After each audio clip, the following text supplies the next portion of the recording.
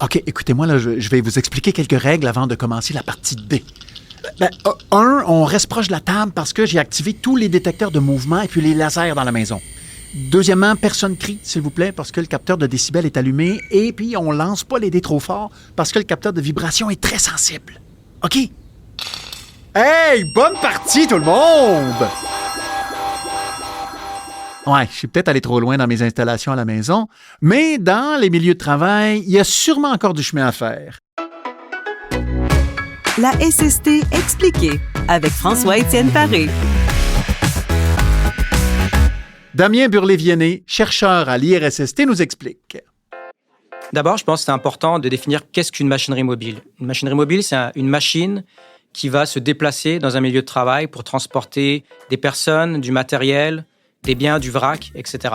Et en fait, son risque spécifique, il vient de sa mobilité. Donc, il amène toute une série de risques qu'il va falloir gérer en lien avec cette mobilité-là. Les principaux types de machinerie mobile qu'on trouve dans les milieux de travail, ça va être les chargeuses, par exemple, pour le déneigement. On va aussi avoir les pelles hydrauliques, par exemple, qu'on retrouve sur les chantiers pour faire de l'excavation. Aussi les chariots élévateurs, qui sont quand même très communs pour transporter des biens. Ou encore aussi un type qui est ressorti dans nos analyses d'accidents, ça va être les camions-bennes pour transporter du vrac, qui sont à l'origine quand même de beaucoup d'accidents. Et selon nos analyses, on s'est rendu compte que les machineries mobiles comptaient pour environ 40% des accidents graves et mortels au Québec sur la période 2013-2023. Donc là, on était quand même intrigués, on a voulu aller un petit peu plus loin et on s'est rendu compte que le type d'accident qui impliquait la machinerie mobile, le premier type le plus fréquent, c'était les collisions entre un travailleur piéton et cette machinerie mobile. Donc si on veut un ordre de grandeur, on parle d'environ 3 décès par année au Québec, en lien spécifiquement avec ce type d'accident sur la période 2013-2023, ou encore à peu près 8% de tous les accidents mortels au Québec sur cette période. Je me demande comment ces accidents-là surviennent. Chantal Gauvin, professionnelle de recherche, nous en parle. Ce qui ressort, c'est que dans 9 cas sur 10, l'opérateur de la machinerie mobile n'était pas du tout conscient de la présence du travailleur piéton au moment de l'accident, donc juste avant l'accident. Donc, dans 3 quarts des cas, c'est le travailleur piéton qui était dans un angle mort de la machinerie mobile. Puis dans les autres cas, l'opérateur était concentré sur sa tâche, donc il n'a pas pu localiser le travailleur. Du côté du travailleur piéton, on s'est rendu compte que dans la moitié des cas, le travailleur est malheureusement entré dans la zone dangereuse sans avertir le conducteur ou l'opérateur de la machine. Tous ces éléments-là, en regardant les dossiers d'accident, nous ont permis de cibler au moins 2 pistes de prévention. Donc, la première, c'est qu'il est nécessaire de renforcer l'application des règles de sécurité obligatoires pour prévenir la présence du travailleur dans la zone dangereuse, comme par exemple avoir des plans de circulation et des aires de recul dédiés. La deuxième piste de prévention, c'est d'aider justement l'opérateur à localiser le travailleur piéton et l'inverse, d'aider le travailleur piéton à localiser la machinerie mobile. C'est là que les technologies de détection de proximité et d'avertissement peuvent aider à réduire les risques résiduels. Selon nos analyses, on a aussi estimé que les technologies auraient pu contribuer à éviter environ 88% des accidents, ce qui est quand même pas rien. Donc, c'est pour ça qu'on s'est intéressé à ces technologies dans le contexte essentiellement des chantiers de construction parce que c'est le secteur le plus touché par les accidents. Le vendeur me dit que je pouvais ajuster le niveau des messages d'avertissement dans mon véhicule. Je sais pas trop ce que ça veut dire, mais on va tester ça. Alors, je commence par le niveau 1. Voilà, et je recule tranquillement vers la poubelle. Vous êtes vraiment trop près de l'obstacle. Bon, ouais, c'est un peu plate. Essayons le niveau 2. T'es un petit peu trop près, mon ami. Coudon, ça devient familier assez rapidement. Je suis curieux d'essayer le niveau 3. Wow, attention, mon gars. Hey, wow, je vois qu'il y a un niveau 4, là, mais j'ai même pas envie de l'essayer. Il y a des points communs entre les technologies de détection qui sont embarquées sur nos véhicules de particuliers et ce qu'on retrouve sur les machineries mobiles. C'est essentiellement la même chose. Par contre, ce qui va différer, c'est le contexte d'utilisation. Les machines mobiles sur un chantier ou en entreprise, ils vont avoir des mouvements beaucoup plus variés que nos véhicules qui font essentiellement de marche avant, marche arrière. Là, on va avoir avance, recul, il va falloir travailler, excaver, tourner, etc. Donc, les enjeux de détection ne sont pas tout à fait les mêmes. Aussi, les piétons ne vont pas se comporter de la même manière. Un travailleur piéton, il peut avoir besoin d'aller parler avec l'opérateur, de collaborer avec lui. Donc on est, encore une fois, dans des enjeux de détection qui sont un petit peu différents. Par contre, le principe global est le même. C'est-à-dire qu'on a une technologie qui détecte, qui, suite à la détection, va avertir essentiellement le conducteur, l'opérateur de la machinerie. On peut aussi avertir le piéton, c'est une possibilité. Et sur certains systèmes, on peut même aller un petit peu plus loin, c'est-à-dire qu'on va pouvoir bloquer le mouvement ou freiner la machine si la détection et le risque devient trop grand. Donc on a plusieurs technologies pour la détection. Les technologies les plus simples, ça va être des technologies qui ne font pas la différence entre un objet et une personne. Donc essentiellement, on détecte un obstacle. Là, on va parler souvent de technologie radar dans un contexte industriel. C'est quand même une manière de détecter qui est assez robuste. Bon, par contre, le problème, comme je viens de mentionner, c'est qu'on ne fait pas la différence. Et ça, c'est quand même un peu problématique. Et c'est là où on va avoir des technologies un petit peu plus intéressantes qui vont faire la différence entre un objet et un travailleur piéton. Donc, c'est essentiellement là ces technologies qu'on va utiliser à l'heure actuelle pour être un petit peu plus efficaces. Puis là, on a deux catégories. On a les catégories de détection qui se basent sur le port d'un tag, d'un marqueur sur le travailleur piéton. Donc, le piéton porte un marqueur qui va être détecté par la machine. Le désavantage, c'est qu'il faut faire porter un marqueur au piéton. C'est là qu'on a une deuxième technologie qui gagne en popularité dans les dernières années, qui se base sur une caméra. On a une caméra qui embarque un algorithme d'intelligence artificielle.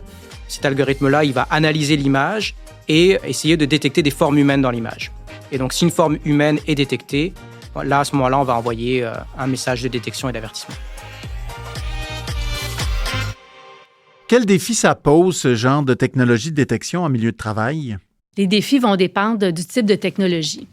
Donc, pour les technologies avec marqueurs, le défi va être surtout au niveau organisationnel avec la gestion des marqueurs. Donc, il faut s'assurer que tous les travailleurs portent leurs marqueurs pour que le système soit efficace. L'autre chose, c'est qu'il faut une harmonisation des antennes. Donc, il faut que tous les mêmes types d'antennes soient installées sur les machines mobiles. Donc, ça, c'est un système qu'on va retrouver surtout dans des milieux où est-ce que les entrées-sorties sont bien contrôlées. Donc, les entrepôts ou des mines, par exemple. Sur un chantier de construction, c'est beaucoup plus difficile parce que sur un chantier, il y a plusieurs entrepreneurs, il y a différents sous-traitants. Donc, c'est là que la gestion des marqueurs et des antennes est beaucoup plus compliquée. La principale limite des caméras dotées d'intelligence artificielle est qu'elles reposent sur un algorithme d'apprentissage et aussi qu'elles nécessitent une ligne de vue directe sur la zone à couvrir. Donc, si un travailleur est derrière un obstacle, si la caméra est obstruée, si la lentille est sale, ou si la luminosité est faible, tout ça va affecter la qualité de la détection et aussi va affecter directement la fiabilité du système. De manière plus globale aussi, l'efficacité et l'acceptabilité de ces dispositifs-là dépendent pas seulement de leur capacité à détecter correctement les travailleurs piétons ou les situations à risque. Ça va aussi être important de les installer et de les configurer correctement, d'impliquer toutes les personnes concernées, surtout les opérateurs de machinerie mobile, et de s'assurer que les alertes sont vraiment utiles selon le niveau de danger.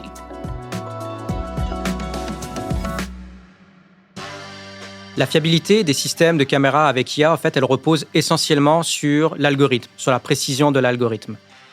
Il peut y avoir deux types d'enjeux avec ces algorithmes-là. Il peut y avoir des enjeux de sous-détection, qu'on appelle aussi des faux négatifs, dans le sens où l'algorithme n'est pas en mesure de détecter une personne qui est vraiment présente. Ça peut être dû, par exemple, à la position de la personne, au fait qu'elle porte une charge.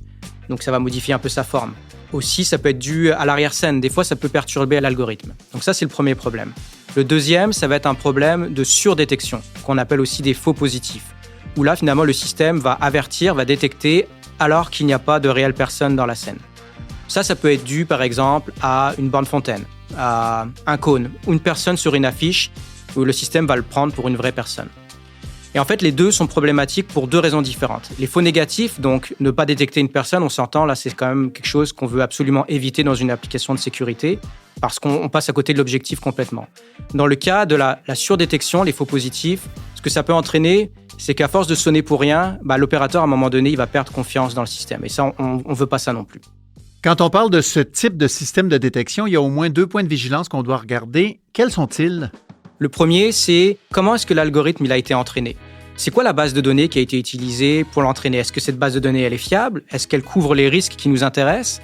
Est-ce qu'elle n'est pas, d'une certaine manière, biaisée?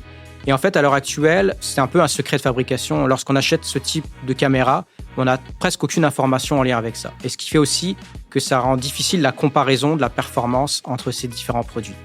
Le deuxième point, c'est que si on veut se rapprocher d'un dispositif de sécurité, il faudrait que le système soit capable de dire lorsqu'il fonctionne de manière dégradée. Donc, je peux donner un exemple. Si la luminosité baisse, forcément, à un certain moment donné, la caméra, l'algorithme va avoir plus de mal à détecter des personnes dans l'image. Donc, on va dire qu'il fonctionne de manière dégradée. Et donc, lorsqu'on se retrouve dans ce genre de situation, dans une application de sécurité, c'est vraiment important que le système alerte l'opérateur qui ne peut plus compter totalement sur le dispositif comme aide. Il paraît que les systèmes de détection, pour que ce soit bon, il faut les entraîner. Et clairement, la technologie, ça va jamais assez vite à mon goût. Mais justement, qu'est-ce que l'avenir nous réserve en matière de détection de personnes en milieu de travail? Bien, selon nous, l'avenir va être surtout au système de détection par caméra avec intelligence artificielle. Ça prend de plus en plus d'ampleur. Là, on le voit déjà sur les chantiers de construction. Les avancées technologiques vont surtout porter sur le développement des algorithmes pour avoir des détections puis des avertissements qui sont de plus en plus ciblés, de plus en plus performants. Donc, par exemple, limiter les problèmes de détection, les faux positifs, les faux négatifs, comme Damien nous a parlé tantôt, diminuer les temps de traitement, pouvoir suivre les déplacements d'un travailleur piéton et savoir, par exemple, s'il se rapproche ou s'il s'éloigne de la machine mobile. Ça va aider à mieux évaluer le niveau de risque puis à réagir de manière appropriée.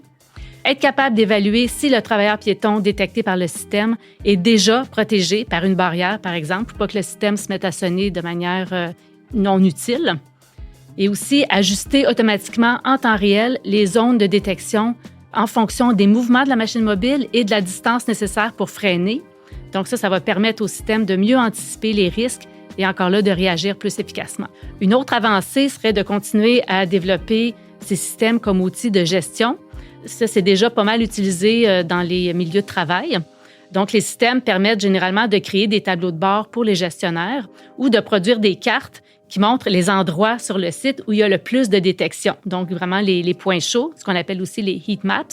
Donc, ça aide les gestionnaires à décider où faire les changements en priorité, comme modifier le plan de circulation, par exemple. Ces cartes-là servent aussi à créer du matériel de formation mieux ciblé selon les besoins qui ont été observés. Malgré les limitations qu'on a évoquées avec Chantal, il faut voir ces dispositifs comme pouvant contribuer de façon efficace à la réduction du risque de collision entre les travailleurs piétons et la machinerie mobile. Ils apportent une réelle plus-value dans la réduction du risque. Ils viennent en complément, finalement, des mesures plus traditionnelles comme les plans de circulation, les aires de recul, les signaleurs, le port de veste haute visibilité. Et finalement, ils font en sorte que le système devient plus robuste. Il ne faut pas les voir comme permettant d'enlever les mesures traditionnelles, mais vraiment plus comme un complément.